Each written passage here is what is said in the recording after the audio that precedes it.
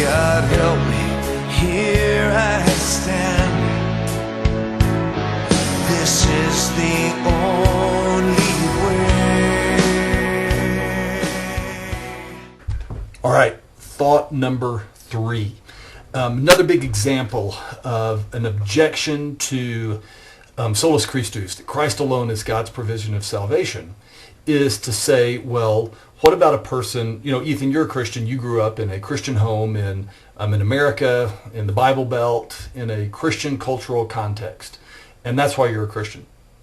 And therefore, a kid who grew up in Pakistan or Saudi Arabia, whatever, in an Islamic home, in an Islamic cultural context, is Islamic. Therefore, since it would be very unlikely since your faith system is so influenced by the geography and the cultural system that you grew up in, by definition, both paths must be equally valid. All right. Okay, that has some linear logic to it. But again, when you start to really look into this, it starts to come apart. Because if we would make that argument successfully, then we would be saying that all moral systems, all cultural systems, all systems of government, all systems of law and justice, because they grow out of their unique cultural context, must be equally valid. But guys, we do not make that assertion. Think of this example.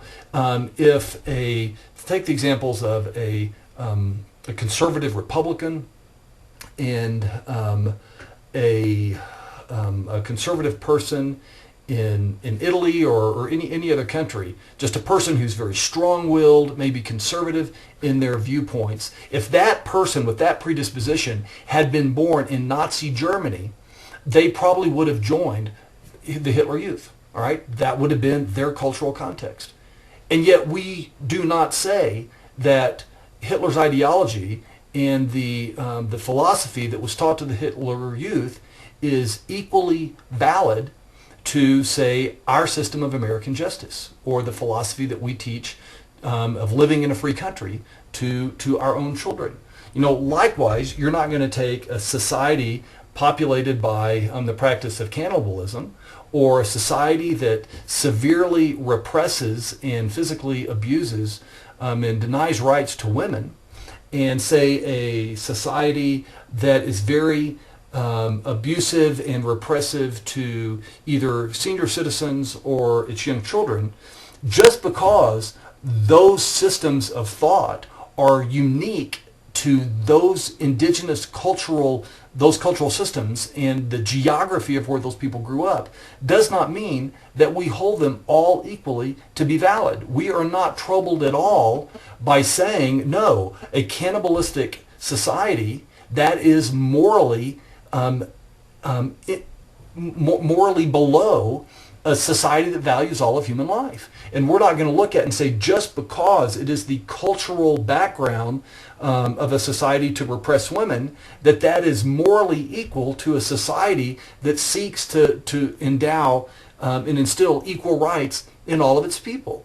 Why then would we say that because religions, statistically at least, do tend to be geographically discrete to some degree, that all religions must be equal and they all must be the truth?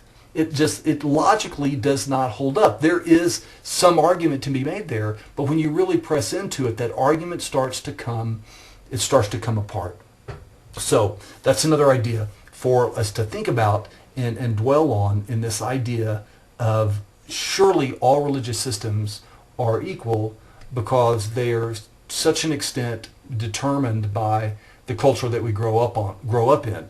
Just one last thought on that. The tables can be turned on the pluralist and say, if the person with a pluralistic viewpoint or a universalist mindset or philosophical approach to life, if they had been born, say, in medieval France or on the island of Madagascar, they most likely would not be a pluralist. In fact, their pluralistic viewpoint itself is a function of the society and the geography, the geographic culture of the place where they are growing up. So think about that one. Oh, okay.